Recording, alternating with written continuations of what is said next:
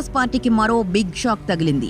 ఇటీవల ఆ party senior నేత పోచారం శ్రీనివాసరెడ్డి గులాబీ పార్టీకి రాజీనామా చేయగా తాజాగా మరో ఎమ్మెల్యే బీఆర్ఎస్ కు షాక్ ఇచ్చారు. తాజాగా Jagtial MLA doctor Sanjay BRS పార్టీకి రాజీనామా చేశారు. సీఎం రేవంత్ రెడ్డి సమక్షంలో సంజయ్ అధికార కాంగ్రెస్ పార్టీ గూటికి చేరారు.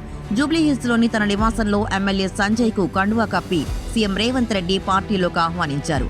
ఆపరేషన్ ఆకర్ష్ కు తెరలేపిన సీఎం రేవంత్ రెడ్డి 2 రోజుల వ్యవధిలోనే 2 ఎమ్మెల్యేల్ని చేర్చుకుని బీఆర్ఎస్ ను కోలుకోలేని దెబ్బ కొడుతున్నారు.